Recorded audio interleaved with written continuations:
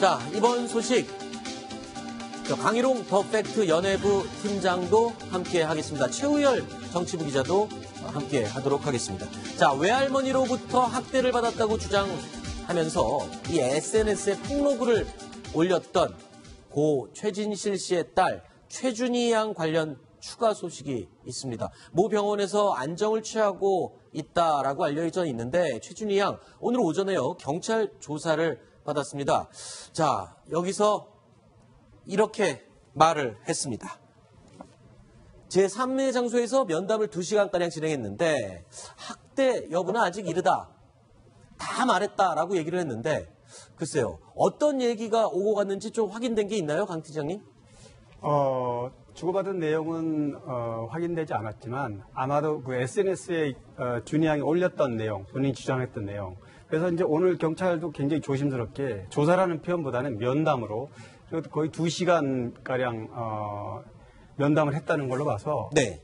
일단은 준이가 할머니에 대한 어떤 불만이라든가 그런 표현에 대해서는 최대한 다 들어주는 네. 거기에 이제 아동 심리 전문가도 동행을 했기 때문에 아동 심리 전문가도 동행을 했어요. 경찰이 네. 굉장히 조심스러운 상황인가 보죠? 그렇습니다. 경찰도 사실 뭐 준이 양이 아직 미성년자이고 네. 또 심리적으로 굉장히 불안한 상태이고 여러 가지를 고려해서 최대한 편하게 하기 위해서 그래서 제3의 장소로 장소도 물색을 했던 걸로 알려졌습니다. 네.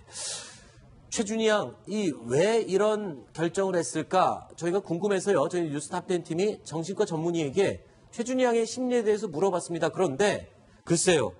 결론은 탈출구는 결국 엄마였던 것 같습니다. 지금은 세상을 떠난 고 최진실 씨, 엄마를 향한 그리움이 아니었나 이런 생각이 듭니다. 정신과 전문의의 말 직접 들어보시죠.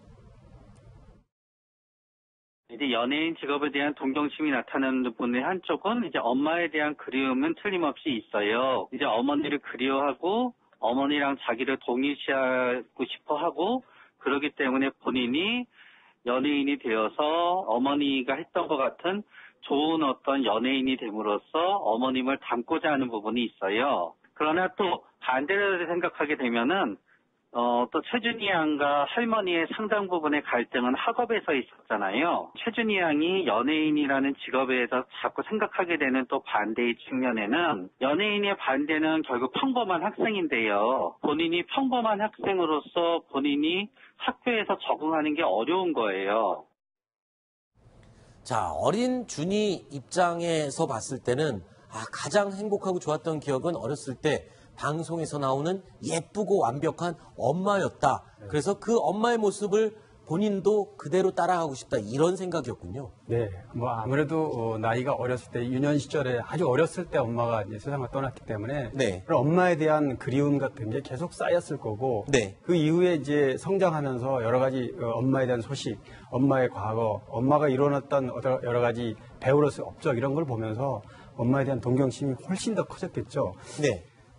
그런데 이제, 준희 양이 사실, 어떤 할머니와 갈등의 첫 번째 요소가, 뭐 계속해서 나온 얘기지만, 어쨌든 자신의 진로, 자신은 연예인을 하고 싶은데 할머니가 그 부분에서 일정 부분 좀 컨트롤 하려고 했던 부분. 네. 그 다음에 학교, 초등학교부터 이제, 다니려고 했던 학교 문제에 대해서. 네. 준희 양이 이제 친가 쪽에서도 잠시 학교를 다닌 적이 있거든요. 네. 그런 부분에서 할머니가 최대한 배려를 하고 본인이 원하는 대로 해줬지만 본인이 조금 갈팡질팡했던 그런 부분도 있다 보니까 네. 할머니와 어떤 간극이 커졌고 네. 그러다 보니까 할머니에 대해서는 무조건 불신입니다. 할머니가 네. 하는 얘기는 다 믿지 않겠다. 네. 그래서 이제 올렸던 SNS 글에도 할머니하고는 이제부터 살지 않겠다. 네. 이모 할머니랑만 살겠다. 이렇게 주장을 한 겁니다. 다른 한 방송 관계자가 최준희 양을 만났을 때는 의아할 정도로 굉장히 명랑하고 쾌활했다고 합니다. 유난히 할머니와의 관계에서만 불편함을 드러냈던 최준희 양.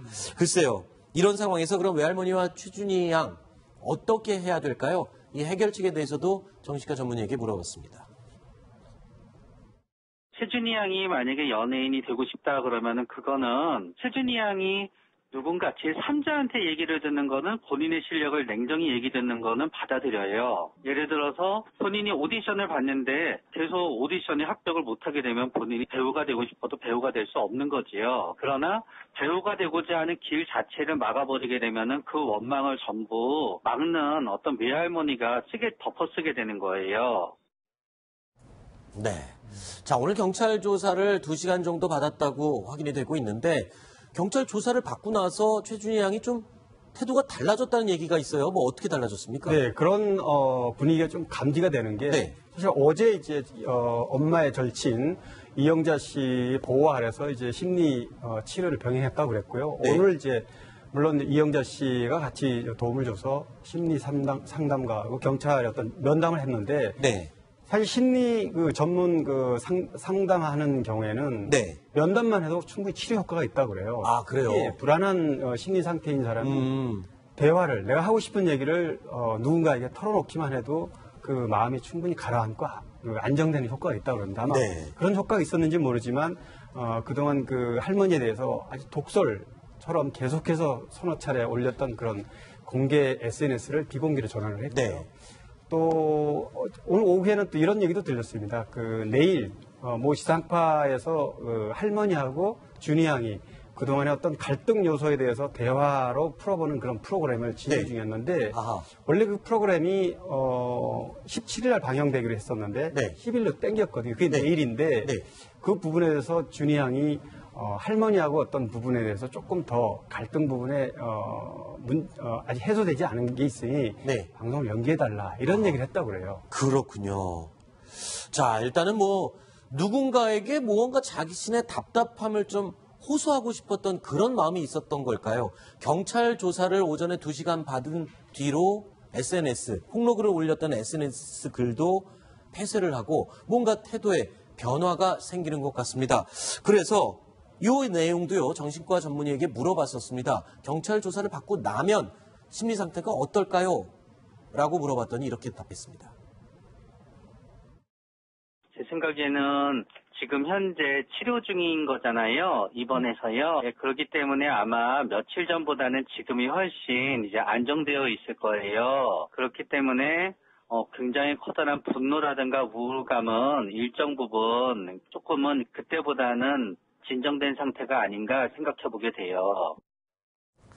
자, 일단 병원에 가서 안정을 취한 점 참 잘한 일 같습니다. 이거를 지금 주선한 사람이 개그우먼 이영자 씨잖아요. 네네. 그러니까 이영자 씨를 만나고부터는 지금 최준희 양이 뭔가 많이 달라지고 있고 네. 또 병원에서 안정을 찾았고 경찰 조사도 받았고 태도의 변화도 보이고 있고 네. 그럼 이 사건을 해결할 수 있는 키를 쥐고 있는 사람은 오히려 또 이영자 씨일 수도 있다는 생각이 들어요. 네, 그렇습니다. 사실 지금 준희 양이 가장 믿고 의지하는 사람은 이영자 씨. 물론 네. 이모 할머니와 살고 싶다고 이모 할머니와 계속 만나게 해달라고 그랬지만 네. 그 부분은 이제 외할머니하고 또 후견인 이신 외할머니와 관계가 있기 때문에 그 부분보다는 할머니하고 직접 소통이 잘 되는 이영자 씨, 네. 또 준희 양과도 소통이 잘 되는 양쪽이 다 소통이 잘 되는 이영자 씨가 준희 양한테도 가장 엄마처럼 편안하다. 네. 그런 점에서 어제 같이 만나서 병원에 이제 심리치료 받고 네. 오늘 같이 행동하면서 많이 마음이 누그러졌다 이렇게 보시면 될 것 같습니다. 병원에 입원을 할 때도 보호자란에 이영자 씨 이름이 적혀 있었던 것으로 확인이 되고 있는데요. 자, 이영자 씨 모든 게 조심스럽고 지금 아주 생각이 많을 겁니다. 그래서 저희가 소속사 이야기를 좀 들어봤습니다. 뭐라고 얘기하는지 들어보시죠.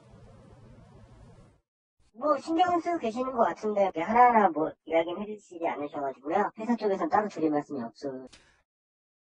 일단은 이영자 씨가 계속 보호하고 있다는 건 소속사에서도 인정을 하고 있는 것 같아요. 그리고 가장 의지하는 사람이 이영자 씨라고 하니까. 네, 맞습니다. 뭔가- 그리고 소속사에서는 정말 굉장히 조심스러워하고요. 네. 이영자 씨나 이영자 씨 오빠, 친오빠도 이영자 씨 일을 좀 도와주고 있는데 네. 오빠도 그렇고 주변 사람들 모두가 이번 일과 관련해서는 언론에 어떤 얘기도 하지 말자. 네. 왜냐하면 저런 일을 옆에서 거들어주는 거는 네. 당연히 하는 일이지만 네. 그거 관련해서 혹시라도 어떤 불필요한 오해라든가 다른 얘기가 나갔을 경우에 도와주려다 오히려 망치는 꼴이 될 수도 있다. 이런 우려를 하는 것 같습니다. 네. 자, 이쯤에서 그 과거에요. 죄송합니다. 최진실 씨와 이영자 씨가 뭐 방송에 함께 출연했던 그런 영상이 있습니다. 먼저 보고 또 이야기 이어가겠습니다. 아유, 그 유명한 택시구나. 나는 최준실 씨 아니면 드럼 하질 않아. 그러니까 나도 너 아니면 쇼 나가지도 않아. 택시를 무시게 한 거야? 너 지금 욕먹어. 내가 제일 좋아하는 프로야, 택시. 최준실 씨가 게스트인데 나의 엄마인 것처럼 예승실 들어오니까 피디님이 잘 부탁해요. 그런 마음으로 최준실 씨가 나와주셨었어요. 자, 잘 마무리가 되길 바라는 마음에 저희가 또 걱정되는 사람이 그 준이 양의 외할머니거든요. 네. 그래서 저희가 심리 전문가에게 지금 외할머니의 심정은 어떤지 물어봤습니다. 이런 심정일 것이라고 합니다. 들어보시죠. 외할머니 입장에서는 굉장히 억울하시고 굉장히 참담하시겠죠. 그런 다음에 죄책감도 엄청나게 많이 받으실 거예요. 왜냐하면 결국 딸을 대신해서 자녀를 잘 키워야 되는데 결국 어떤 형태로든 최준희 양이 이렇게 적응하지 못하는 거에 대해서 자신의 책임으로 여기고 아마 외할머니도 굉장히 우울하고 굉장히 힘드실 거예요. 자, 이런 가운데 한 또 매체에서요. 후견인, 지금 최준희 양의 후견인이 외할머니로 돼 있는데 법적으로 후견인도 바뀔 수 있다. 뭐 이런 얘기가 흘러나와서 이건 뭐 어떻게 된 얘기입니까? 법조문에 그렇게 되는 건 맞아요. 네네. 후견이니까 최준희 씨도 마찬가지고 오빠는 최한희 씨도 마찬가지고 미성년자입니다. 그런데 부모님 다 돌아가셨으니까 친권자가 없는 거고 그럼 이제 후견인이 필요한 건데 그 후견인은 이제 법원에서 선정을 하거든요. 그러니까 지금 이제 외할머니가 선정이 되는 거고 어떻게 보면 유일한 보호자입니다. 그런데 만약에 외할머니가 후견인으로 적절하지 않다. 그러니까 이 최준희 씨의 복리를 위해서 생각해 봤을 때 문제가 있다라고 생각하게 되면 법원에서 뭐 직권을 할 수도 있고요. 아니면 뭐 이해관계자라든지 뭐 검사의 청구 이런 것들을 통해서 후견을 변경할 수도 있습니다. 네. 제도는 그렇게 돼 있어요. 네. 근데 이제 문제는 그렇게 하기 위해서는 외할머니가 후견인으로 있는 게 준희 씨의 복리에 굉장히 크게 문제가 된다고 판단이 돼야 되는데 네. 만약에 진짜 아동학대, 뭐 육체적인 학대라 정서적 학대, 아동학대가 있었다. 만약입니다. 그러면 후견인 변경될 수도 있겠지만 네. 아동학대가 아니라 지금 일단 나와 있는 것처럼 진로에 대한 갈등. 그러니까 최준희 씨는 연예인이 하고 싶고 외할머니는 연예인보다 그냥 학교 다녀서 공부했으면 좋겠고 이런 진로의 갈등으로 인한 문제라고 하게 되면 그러면 그 정도 사유를 가지고 후견인을 변경하기는 법원은 그런 판단을 하지 않을 겁니다. 그렇기 때문에 아직까지는 조금 사실관계가 어떻게 확정될지 좀 지켜봐야 되겠죠. 네. 후견인이 바뀔 수 있다 없다 이거는 엄연히 법적인 해석일 뿐이고요. 저는 피는 물보다 진하다. 이 말이 제일 와닿는 것 같습니다. 자, 5번째 이야기 여기서 마무리하도록 하고요. 강희룡 팀장님 오늘 나와주셔서 고맙습니다. 자, 6번째, 7번째 얘기가 또 준비되어 있습니다. 저희가 오늘 1위와 2위로 꼽은 소식입니다. 영상으로 확인해 보시죠.